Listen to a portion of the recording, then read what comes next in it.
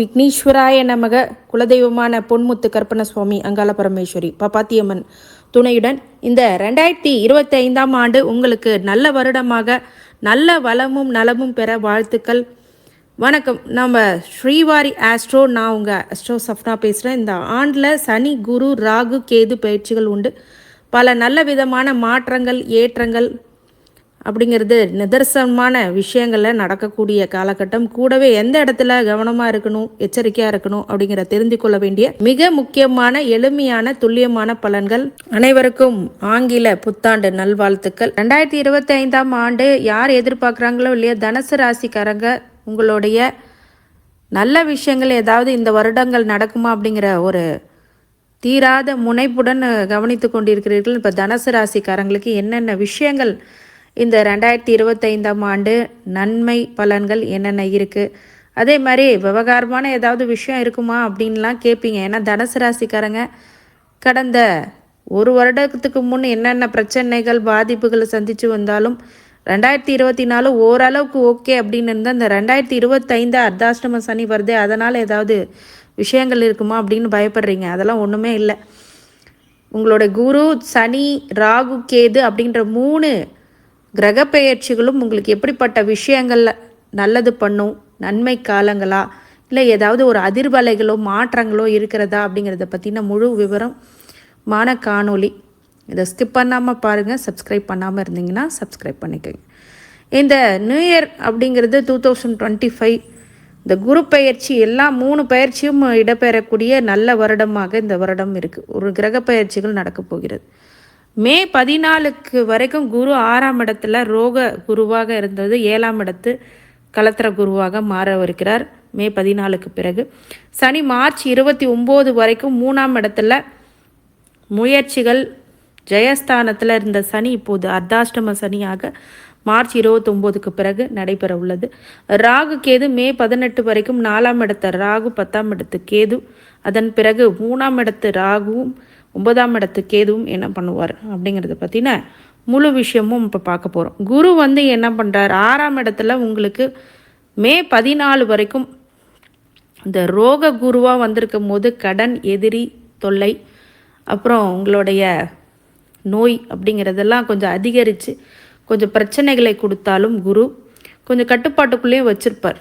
ஆனால் பார்க்குற பார்வைக்கு பலன் அதிகன்ற அடிப்படையில் 10ஆம் வீட்டை பார்க்குறார், 12ஆம் வீட்டையும் பார்க்குறார், 2ஆம் வீட்டையும் பார்க்குறார். அப்போ என்னென்ன சுபிட்சம் பண்ணோம் அப்படின்னா தொழிலை நல்லா கொடுப்பார். தொழிலில் ஏதாவது பிரச்சனைகள் இருந்தாலும் மே 14 வரைக்கும் உங்களுக்கு தொழிலில் நல்ல அபிவிருத்தியும் நல்ல விஷயங்களும் நிறைய ஆப்பர்ச்சுனிட்டிஸ் அப்படிங்கிறதெல்லாம் உங்களுக்கு தேடி வரும். ஜாப் ஆப்பர்ச்சுனிட்டிஸ், அதே மாதிரி தொழிலில் மிகப்பெரிய என்டர்பிரனர்ஸாக இருக்காங்க, உமன் என்டர்பிரனராக இருந்தாலும் சரி, நல்ல ஆப்பர்ச்சுனிட்டிஸ் எல்லாம் நிறைய வரும். நிறைய நல்ல விஷயங்கள் இந்த காலகட்டத்தில் உங்களுக்கு நடக்கும் மே 14 வரைக்கும். மே 14 வரைக்கும் இந்த 6ஆம் இடத்த குரு 10ஆம் இடத்தை பார்க்கும்போது நல்ல தொழிலை கொடுப்பார் அப்படிங்கிறது விதி. பட்டம், பதவி, புகழ் அப்படிங்கிறதெல்லாம் உங்களை அலங்கரிச்சுக்கிட்டே இருக்கும். அடுத்தது 12ஆம் இடத்தை பார்க்குறாரு அப்படிங்கும்போது விரய செலவுகளை கட்டுப்பாட்டுக்குள்ளே வச்சுருப்பார். விரயம் தேவையில்லாத விரயம், இன்னொருத்தவங்களுக்கு காசு கொடுத்து விரயம் பண்ணுறது, வட்டி கொடுத்து கொஞ்சம் வட்டி வாங்கக்கூடிய விஷயங்கள்லாம் விரயத்தெல்லாம் கண்ட்ரோல் பண்ணுவார். 2ஆம் இடத்தையும் பார்க்குறாரு அப்படிங்கும்போது தன, குடும்ப, வாக்கு அப்படிங்கிறதையும் பார்க்குறாரு. அப்போது தனத்துலேயும் உங்களுக்கு நல்ல பலன், பொருளாதார வகையில் பெரிய நெருக்கடிகள் இல்லைன்னா ஓரளவுக்கு நல்ல பலனாக கொடுத்துருவார். குடும்பத்துலேயும் நல்ல ஒரு சுபீட்சம், மனமகிழ்ச்சி அப்படிங்கிறது ஏற்படும். அதே மாதிரி 2ஆம் இடம் பார்க்குறார் அப்படிங்கும்போது வாக்கு, அந்த வாக்கு, சொல்வாக்கு அப்படிங்கிறது ரொம்ப அதிகமாக இருக்கும். உங்களுக்கு உங்கள் வார்த்தையை மதித்து செயல்படுவாங்க, உங்கள் வார்த்தைக்கு ரொம்ப கவனம் கொடுப்பாங்க எல்லாமே. அதெல்லாம் மே 14 வரைக்கும் இந்த ரோக குரு நல்லது பண்ணுவார். அடுத்தது 7ஆம் குரு கலத்திரகாரகனாக குரு திருமணமே ஆகலைங்க அப்படின்றவங்களுக்கு திருமணத்தை பண்ணி வைப்பார். மே 14க்கு பிறகு நிறைஞ்ச ஒரு நல்ல வாழ்க்கையை உங்களுக்கு கண்டிப்பாக கொடுத்துருவார். ஏன்னா சமசப்தமாக உங்கள் ராசியும் பார்க்குறாருங்கிறதுனால கண்டிப்பாக உங்களுக்கு திருமண பாக்கியம் உண்டு. பிஸ்னஸ் பார்ட்னர்னால ப்ராஃபிட் கிடைக்கும். 11th பிளேஸையும் பார்க்குறாரு அப்படிங்கும்போது 11ஆம் இடத்த லாபத்தையும் கொடுப்பார், பார்ட்னர்ஷிப்பையும் கொடுப்பார், பிஸ்னஸ் பார்ட்னரையும் கொடுப்பார், லைஃப் பார்ட்னர் நல்ல சுபீட்சத்தையும் கொடுப்பார். உங்களை தேடி பொருள் வரவு, பண வரவு, தானிய வரவு எல்லாம் வரும். இது குரு உங்களுக்கு அள்ளி கொடுப்பார். ஏன்னா ராசியாதிபதி அவர் நல்ல இடத்துக்கு வரும்போது மிகப்பெரிய நல்ல பலன்கள் தனுசு ராசிக்காரங்களுக்கு உண்டு. சரி, 7ஆம் இடத்துலேருந்து 3ஆம் வீட்டை பார்க்குறார். அப்போ 3ஆம் வீட்டை பார்க்கும்போது என்ன பலன் கிடைக்கும்? புது முயற்சிகளில் தடையெல்லாம் விலகி, சனி 3ஆம் இடத்துல புது முயற்சியெல்லாம் தடை பண்ணார். மே 14க்கு பிறகு அந்த தடையெல்லாம் உடஞ்சி புது முயற்சிகளை ஜெயம் கொடுப்பார், வெற்றிகளை கொடுப்பார். எடுக்கிற முயற்சிகள் எல்லாம் வெற்றிகளை கொடுப்பார் சனி. அடுத்தது சனி 3ஆம் இடத்துல மார்ச் 29 வரைக்கும் உங்களுடைய ஜவயஸ்தானத்திலையும் முயற்சி ஸ்தானத்துலேயும் உட்காந்து படாத பாடுபடுத்தினார். என்ன பண்ணார்? இந்த மார்ச் 29 வரைக்கும் முயற்சிகளை தடையை கொடுப்பார், அதே மாதிரி வெற்றிகளை தடையை கொடுத்துருப்பார். ஆனால் பார்க்குற பார்வையிலையும் பலன் இருக்கு இல்லையா? அதில் எந்தெந்த இடத்துல கவனமாக இருக்கணும்? மார்ச் 29ன்னா 5ஆம் இடத்த பார்க்குற குழந்தைங்கனால சில பிரச்சனைகள் பாதிப்புகள் அப்படிங்கிறதெல்லாம் கொஞ்சம் கொடுப்பார். அதில் கொஞ்சம் கவனமாக பார்த்துக்கோங்க. 9ஆம் இடத்துல பூர்வ புண்ணியத்தில் பாக்கியத்தில் பார்க்குறாரு. அப்படிங்கும்போது ஒவ்வொரு இடத்துலேருந்து இடப்பெயர்ச்சி இந்த மார்ச் 29க்கு சில பேர்த்துக்கு நடக்கும். ஊர் மாற்றம், இடமாற்றம், குறைஞ்சது வீடு மாற்றமாவது கண்டிப்பாக இருக்கும். அடுத்தது 3ஆம் வீட்டிலேருந்து 12ஆம் வீட்டையும் பார்க்குறாரு.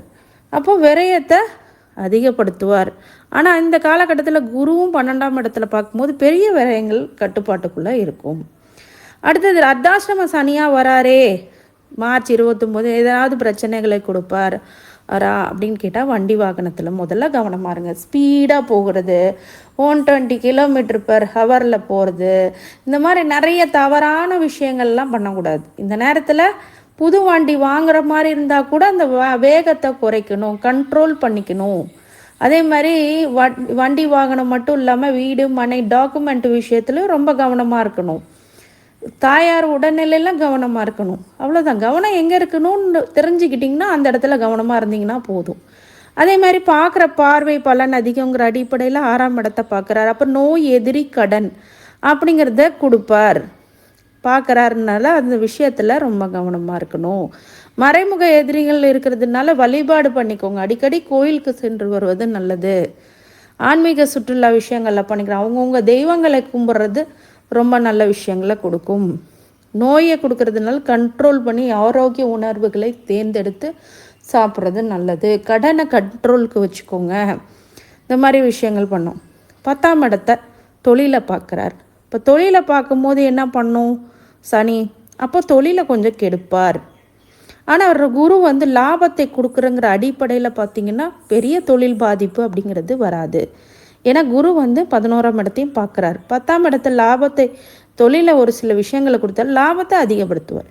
எப்படி கெடுத்தா அப்படி கொடுப்பார் அப்படின்னு கேட்டிங்கன்னா பெரிய தொழில் அமைப்புலனால மல்டிபிள் சோர்ஸ் ஆஃப் இன்கம்மாக கொடுப்பார்.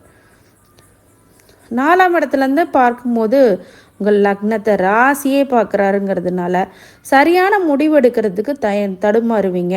மனக்குழப்பத்தை கொடுக்கும், மன விஷயங்களில் கொஞ்சம் அழுத்தத்தை கொடுக்கும். அதனால் ஆஞ்சநேயர் வழிபாடு பண்ணிக்கோங்க, அது ரொம்ப நல்லது கொடுக்கும். விநாயகரை தினமும் தோப்புக்காரணம் போட்டு விநாயகரை வழிபடுங்க. சனி ஒன்றும் பெரிய விஷயங்களை பண்ண மாட்டார். குருவும் உங்கள் லக்னத்தை பார்க்குற ராசியை பார்க்குறதுனால பெரிய கெடுதலை உங்களுக்கு பண்ண மாட்டார்.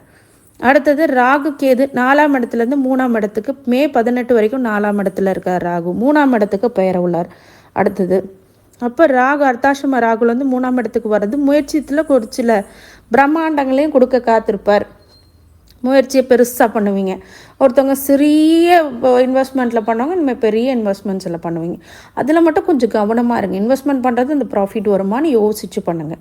கேது 10ஆம் இடத்துல தொழிலில் கொடுத்தாலும் அடுத்தது பாக்கிய இதுவாக மே 18க்கு அப்புறம் வர்றதுனால இந்த பூர்வீக சொத்து சம்மந்தப்பட்ட விஷயங்களில் கொஞ்சம் பிரச்சனைகளை கொடுத்தாலும் குலதெய்வ வழிபாடு பண்ணிக்கோங்க. பூர்வ புண்ணியத்தினால கிடைக்கக்கூடிய விஷயங்களும் இந்த காலகட்டத்தில் நடக்கும். அப்படிங்கிறதுனால ராகு கேது பெரிய ஒன்றும் பாதிப்புகள் இல்லை. அதே மாதிரி குருனால நல்ல சுபிஷங்கள் இருக்குது. சனி மட்டும் கொஞ்சம் ஃபேவராக இல்லைனாலும் பார்க்குற பார்வையில் லக்ன ராசியை பார்க்குறா அப்படின்னால இந்த நோய் எதிரி கடனும் தொழிலையும் கொஞ்சம் கவனமாக இருங்க. மற்றபடி ஒரு பெரிய விஷயமா இல்லை. தனுசு ராசிக்காரங்களுக்கு தசாபூத்தி அடிப்படையிலும் நீங்கள் எப்படிலாம் இருக்கணும் அப்படிங்கிறதும் பொறுத்து ஒரு பலன்கள் மாறுபடும் அப்படிங்கிற மாதிரி தனுசு ராசிக்கு மூல நட்சத்திரம், பூராட நட்சத்திரம், உத்திராட நட்சத்திரம், இந்த 3 நட்சத்திரமும் இருக்குங்க. இந்த 3 நட்சத்திரத்தில் எந்தெந்த திசை ஆரம்ப திசை அப்படின்னு கேட்டிங்கன்னா, மூலத்துக்கு கேது திசை, பூராடத்துக்கு சுக்கிர திசை, உத்திராடத்துக்கு சூரிய திசை. மூலத்துக்கு கேது திசை ஆரம்ப திசையாக இருக்கிறதுனால ஒவ்வொருத்தவங்களுக்கும் முடிகிற திசையாக இருக்கும். அப்போ இந்த கேது திசையில் பார்த்திங்கன்னா அர்த்தாஷ்டம அதாவது 10ஆம் இடத்துக்கு எதுவாக இருக்கக்கூடிய விஷயங்களும் 9ஆம் இடத்துக்கு வர்றதுனால பாக்கியத்தில் பூர்வ புண்ணியத்தில் கிடைக்கிற விஷயங்கள் கிடைக்கும். இந்த மூல நட்சத்திரத்துக்கு மட்டும் இந்த கேது இருக்கும், மற்றவங்களுக்குலாம் கடைசி திசையாக வரும். அதனால் பெரிய பிரயோஜனம் இல்லை. சுக்கிர திசை 6ஆம் அதிபதியும் அவரே 11ஆம் அதிபதியும் அப்படிங்கிறதுனால சுக்கிர திசையில் லாபத்தை அதிகமாக கொடுக்கும், பெற்றோர்களுக்கு அதிகமாக லாபத்தை கொடுக்கும். சரிங்களா? 6ஆம் அதிபதியும் அவர்னா நோய் எதிரி கடனையும் கொடுக்கும் இந்த காலகட்டத்தில். இப்போ ரெண்டுமே உங்களுக்கு கிடைக்கும் அந்த சுக்கிர திசையில். இந்த சனி டைமில் இந்த சுக்கிரன் பொருளாதார நெருக்கடி கொடுத்தாலும் நல்ல மணி ஃப்ளோ இந்த காலகட்டத்தில் தடையில்லாமல் சுக்கிர திசையில் வரும். சூரிய திசை 9ஆம் அதிபதி திசை. இந்த நேரத்தில் பூர்வ புண்ணியத்தை கொடுக்கும், பாக்கியத்தை கொடுக்கும். இந்த ஒரு நல்ல திசை. ஆனாலும் இந்த அர்த்தாஷ்டம சனிக்கு கொஞ்சம் ஆகாத திசை. சந்திர திசை 8ஆம் அதிபதி. இந்த திசையில் தான் ரொம்ப தனுசுக்கார ராசிக்காரங்க ரொம்ப ரொம்ப கவனமாக இருக்கணும். ஏன்னா இப்போ அவமானங்கள், பிரச்சனைகள், மனக்குழப்பங்கள், மனசங்கடங்கள் ஏற்படக்கூடியதாக இந்த சந்திர திசை இருக்கும். அப்படின்னால ரொம்ப கவனமாக இருங்க. செவ்வாய் திசை 5ஆம் அதிபதியும் அவரே, 12ஆம் அதிபதியும் அவரே அப்படிங்கிறதுனால குழந்தை பாக்கியம் இல்லாதவங்களுக்கு குழந்தை பாக்கியம் கொடுக்கும், விரயத்தை அதிகமாக கொடுக்கும். இந்த செவ்வாய் திசை இந்த காலகட்டத்தில் அர்த்தாஷ்டம சனி வண்டி வாகனத்தில் ஆக்சிடென்ட்ஸ் இந்த மாதிரி விஷயங்கள்லாம் நடக்கக்கூடியது, அறுவை சிகிச்சையாவது பண்ணக்கூடியது இருக்கிறதுனால கொஞ்சம் ரொம்ப கவனமாக இருங்க செவ்வாய் திசையில். ராகு திசை அவரே நான் அர்த்தாஷ்டம ராகுவாக இருக்கார். மே 18 வரைக்கும் ஒரு வண்டி வாகனத்தில் கவனமாக இருக்கணும் ராகு திசையில். 3ஆம் இடத்துக்கு வரும்போது ஜெயஸ்தானத்தை அதிகப்படுத்துவார். ஆனால் உங்களோட ராகு தனிப்பட்ட ஜாதகத்தில் எப்படி இருக்குது அப்படிங்கிறத பொறுத்து பலன் மாறுபடும். அப்போ 9ஆம் அதிபதி 9ஆம் இதில் வந்துச்சுன்னா மே 18க்கு பிறகு பாக்கியத்தை, பூர்வீக பாக்கியத்தை கொடுக்கக்கூடிய விஷயங்களை கெடுக்கும். அந்த 3ஆம் இடத்தை, அதாவது இந்த ராகு 4ஆம் இடத்துலேருந்து 3ஆம் இடத்துக்கு வரும்போது ஜெயஸ்தானத்தை கெடுக்கும், ஜெயஸ்தானத்தை பாதிக்கும். அப்போ நம்ம என்ன பண்ணணும் அப்படின்னா, அந்த ஜெயத்தை உருவாக்கக்கூடிய முயற்சிகளில் கொஞ்சம் சிறு தடைகள் ஏற்படும். ஆனால் அந்த தொடர்ந்து முயற்சி எடுக்கக்கூடியவர்கள் தனுசு ராசிக்காரங்க. ஆனால் ராகு திசை எப்படி இருக்குது அப்படிங்கிற உங்கள் ஜனன காலத்தில் 11ஆம் இடம் அந்த மாதிரி நல்ல இடத்துலலாம் இருந்துச்சு, குரு பார்வையில் இருந்ததுன்னா நல்ல யோகத்தை கொடுக்கும். குரு ராசியாதிபதியும் அவரே, 4ஆம் அதிபதியும் அவரே அப்படிங்கிற அடிப்படையில் ராசியாதிபதியாக இருக்கிறதுனால ராசிக்கு உண்டான தனுசு ராசிக்காரங்களுக்கு யோகம் கொடுக்கக்கூடிய காலகட்டம். ஆனால் குரு திசையில் சனி நல்லா இல்லை அப்படின்னா, அர்த்தாஷ்டம சனியாக இருக்கும்போது சிறு சிறு அவமானங்கள் ஏற்படக்கூடியதாக இருக்கும். ஆனாலும் நல்ல பெரிய அளவு கெடுதல் இருக்க, நல்ல குடும்ப அமைப்பு, நல்ல குடும்பம், நல்ல குழந்தைகள் அப்படிங்கிறதுலாம் அவங்களுக்கு நல்ல பிராப்தம் இருக்கும். அந்த 4ஆம் அதிபதியும் அவரே அப்படிங்கிறதுனால வீடு மனை யோகம் அப்படிங்கிறதெல்லாம் கண்டிப்பாக கொடுத்துரும்.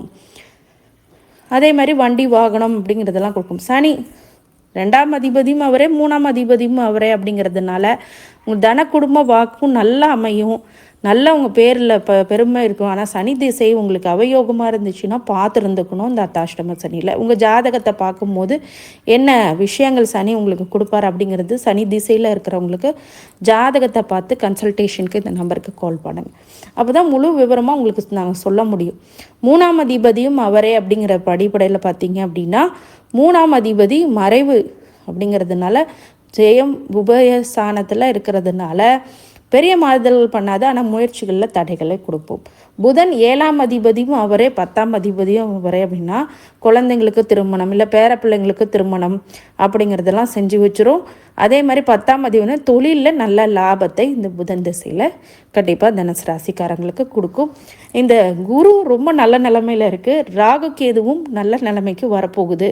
இந்த சனி மட்டும் அர்த்தாஷ்டம சனி மட்டும் நோய் எதிரி கடன் அந்த தொழில் மட்டுமே கொஞ்சம் கவனத்தில் வச்சுக்கோங்க.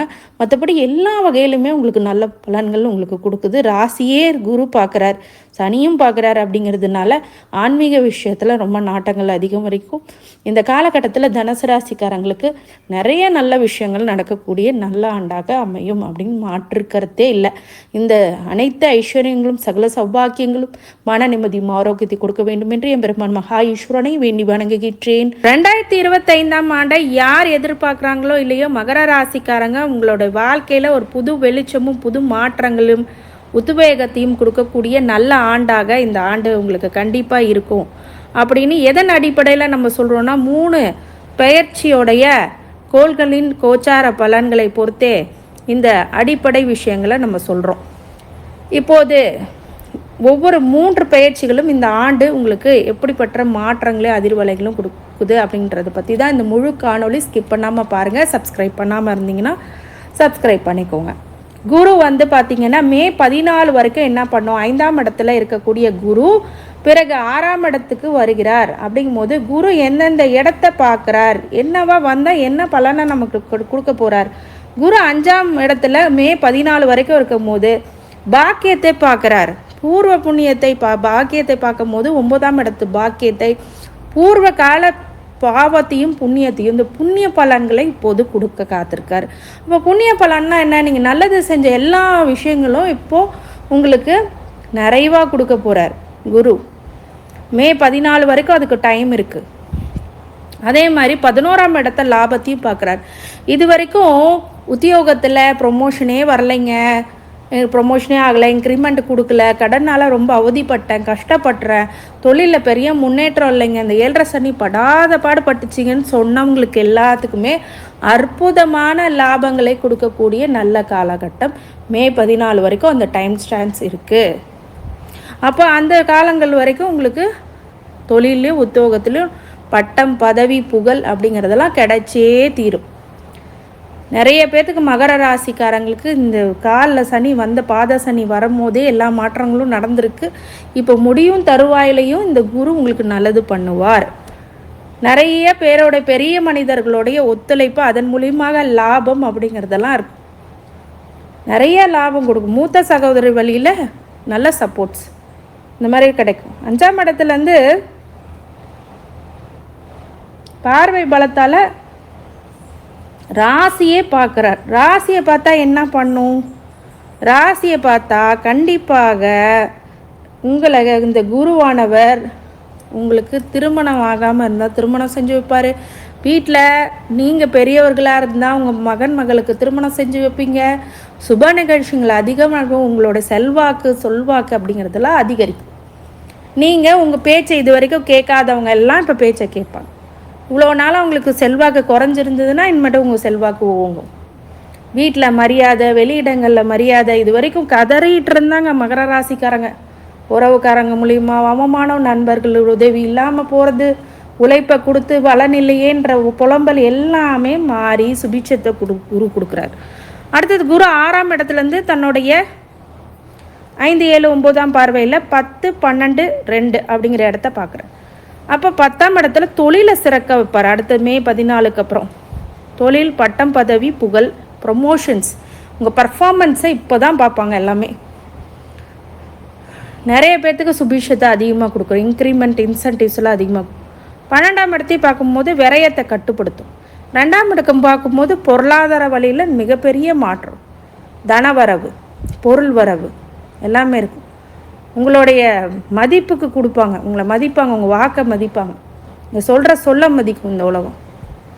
அதே மாதிரி குடும்பத்தில் சுபீட்சம். 6ஆம் இடத்து குரு என்ன பண்ணோம் அப்படின்னா நிறைந்த செல்வத்தை கொடுக்கும்.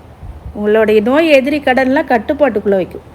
சரிங்க, மார்ச் 29 வரைக்கும் எனக்கு பாத சனி இருக்குது. அந்த நேரத்தில் மார்ச் 29 வரைக்கும் நான் என்னென்ன கவனமாக இருக்கணும், வண்டி வாகனத்தில் கவனமாக இருக்கணும், ப்ராப்பர்ட்டி விஷயத்தில் கவனமாக இருக்கணும், பெண்ணாக இருக்கும் போது ஆணாக இருக்கும் போது பெண் விஷயத்தில் கவனமாக இருக்கணும்.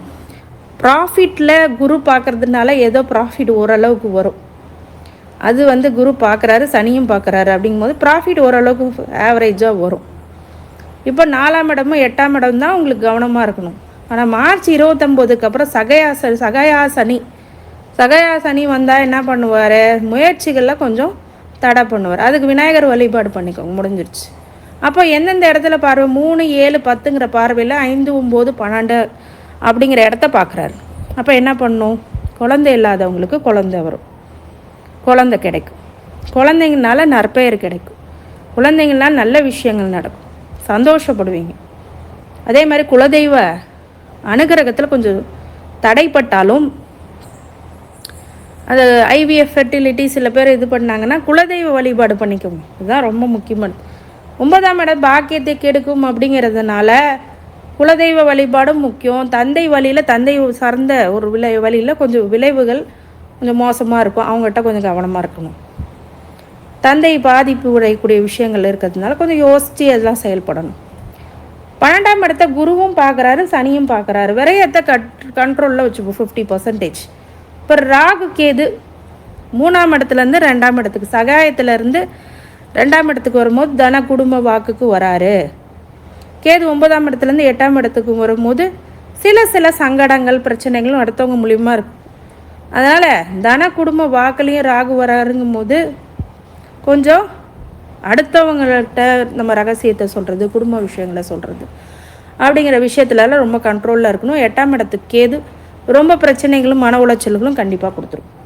சரிங்க, இப்போ தசாபூத்தி பலன்கள் எப்படி இருக்குது? உத்திராடம், திருவோணம், அவிட்டம் 3 நட்சத்திரத்துக்காரருக்கு உத்திராடத்துக்கு சூரிய திசை, திருவோணத்துக்கு சந்திர திசை ஃபஸ்ட்டு திசை, அவிட்டத்துக்கு செவ்வாய் திசை திசை. அப்போ சூரிய திசை நடக்குதுங்க அப்படின்னா 8ஆம் அதிபதி திசை. இந்த சூரிய திசைக்கு சனி நல்லது பண்ண மாட்டாருனாலும் குரு நல்ல சுபீட்சத்தில் இருக்கார். ஆனால் சூரியன் 8ஆம் அதிபதினால பிறக்கிற குழந்தைக்குனால வீட்டில் பெற்றோர்களுக்கு ஒரு சில சங்கடங்கள் ஏற்படலாம். சந்திர திசை அடுத்தது 7ஆம் அதிபதி திசை நடந்துகிட்ருக்கு குழந்தைக்கு, இல்லை திருவோணத்துக்கு சந்திர திசை அப்படின்னா அந்த வீட்டில் ஒரு சுபீட்சம் நிகழும். சந்திர திசை 7ஆம் பிஸ்னஸ் பார்ட்னர்ஷிப்பில் கொஞ்சம் ப்ராஃபிட்ஸ் இருக்கும். அடுத்தது செவ்வாய் திசை 4ஆம் அதிபதியும் அவரே, 11ஆம் அதிபதியும் அவரே. இப்போ செவ்வாய் திசை நடக்கிறது பெரிய பிரச்சனையே இல்லை. ஆனால் 7.5 சனியில் செவ்வாய் திசை நடந்ததுன்னா அறுவை சிகிச்சை பிரச்சனைகள் அப்படிங்கிறதெல்லாம் நிறையா கொடுத்துருக்கும். ஆனால் 4ஆம் அதிபதி அவரே, 11ஆம் அதிபதி அவரைன்னா சொத்து சுகங்களை சேர்த்து வைக்கிறது, லாபத்தை கொடுக்கக்கூடிய நல்ல திசை செவ்வாய் திசை மகர ராசிக்கு. உச்சம் பெற்ற திசை செவ்வாய் நல்லது பண்ணியிருக்கும் செவ்வாய் திசை. இனிமேல் செவ்வாய் திசை நடக்குது அப்படின்னா மார்ச் 29க்கு அப்புறம் சூப்பராக இருக்கும் செவ்வாய் திசை. ராகு திசைங்க, இது யோகமா அவயோகமா? மே 18 வரைக்கும் எந்த பிரச்சனையும் இல்லை. மே 18க்கு அப்புறம் 2ஆம் இடத்துல வர ராகு கொஞ்சம் கெடுதலை கொடுக்கும். அது உங்கள் ஜாதகத்தில் ராகு எந்த இடத்துல இருக்கார், என்ன பண்ணுறார் அப்படிங்கிறது முழுக்க பார்த்தும்போது கன்க்ளூஷனுக்கு வரலாம். ஏன்னா ராகு திசை என்ன ஆதிபத்தியம் காரகத்துவம் வாங்குதோ அதை பொறுத்தே பலன் கொடுக்கும். இந்த மாதிரி விஷயங்கள் இருக்குது ராகு திசை.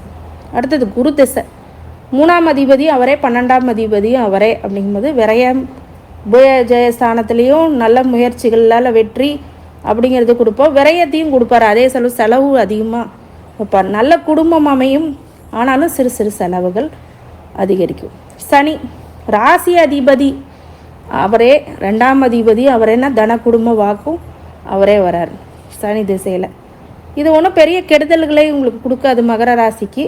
இருந்தாலும் 2ஆம் அதிபதி அப்படிங்கிறது தன குடும்ப வாக்கு எல்லாமே நல்ல சிறப்புற உங்களுக்கு கிட்டத்தட்ட 19 வருஷம் நல்லது கொடுக்கும். புதன் திசை 6ஆம் அதிபதியும் அவரே, 9ஆம் அதிபதியும் அவரே. கொஞ்சம் நோய் எதிரி கடனை கொடுக்கும், பாக்கியத்தையும் கொடுக்கும். கேது திசை மே 18க்கு அப்புறம் 8ஆம் இடத்துல வரும்போது கொஞ்சம் கவனமாக இருக்கணும். ஆயுள் ஸ்தானம் அப்படிங்கிறதுனால கொஞ்சம் பிரச்சனைகளை கொடுக்கும், உடல்நிலை பிரச்சனைகள், கண்டங்கள் அப்படிங்கிறதெல்லாம் இருக்குது. இருந்தாலும் உங்கள் ஜாதகத்தில் கேது எந்த நிலையில் இருக்கார், குரு பார்க்குறாரா, குரு வீட்டில் இருக்கிறாரா, அதை பொறுத்து பலன் மாறும். சுக்கிர திசை 5ஆம் அதிபதியும் அவரே, 10ஆம் அதிபதியும் அவரே. அப்படிங்கும்போது இந்த காலகட்டத்தில் பூர்வ புண்ணியத்தினால் வருகின்ற பலன் நல்ல பலனும் கொடுத்துரும். தொழிலில் மிகப்பெரிய தொழில் அதிபர்களை தொழில் விஷயங்களில் கொடுக்கக்கூடிய நல்ல திசை இது. உங்கள் பிள்ளை மகன் மகளுக்கும் நல்ல பொருளாதார விஷயத்தில் மேன்மைகளை கொடுக்கும். உங்கள் வீட்டில் சுபீட்சங்கள் நிகழும். இந்த மகர ராசிக்காரங்க இந்த குரு சனி ராகு கேது, சனி நல்லது கொடுக்க போகிறார். ஏன்னா 2ஆம் இடத்துல பாத சனிலேருந்து 7.5 சனியில் விடுபட்டு வரதே ஒரு மிகப்பெரிய நல்ல விஷயம். அதே மாதிரி 5ஆம் இடத்துலேருந்து 6ஆம் இடத்துக்கு மே 14க்கு அப்புறம் வரார். அது ஓரளவுக்கு நல்ல சுபிஷங்கள் கொடுக்கும். கொஞ்சம் எதிரிகள் கொடுத்தாலும் நல்ல சுபிஷத்தையும் கொடுக்கும். கேதுக்கு மட்டும் விநாயகரை வழிபட்டு வாருங்கள். அதே மாதிரி ராகுக்கு நீங்கள் காளியம்மனை வழிபட்டு வர்றதுனால அந்த 1.5 வருஷம் அந்த ராகு கேது முடிகிற வரைக்கும் அடுத்து அதில் மட்டும் கொஞ்சம் கவனமாக இருங்க. மற்றபடி குரு சனி எல்லாமே நன்மைகள் கொடுக்கறதுனால 89%, 90 to 95% உங்களுக்கு சூப்பரான நல்ல பலன்கள் தான் மகர ராசிக்காரர்களுக்கு கொடுக்கும். இந்த மகர ராசிக்காரங்களுக்கு அனைத்து ஐஸ்வர்யங்களும் சகல சௌபாக்கியங்களும் மன நிம்மதியும் ஆரோக்கியத்தை கொடுக்க வேண்டும் என்று என் பெருமான் மகா ஈஸ்வரனை வேண்டி வணங்குகின்றேன்.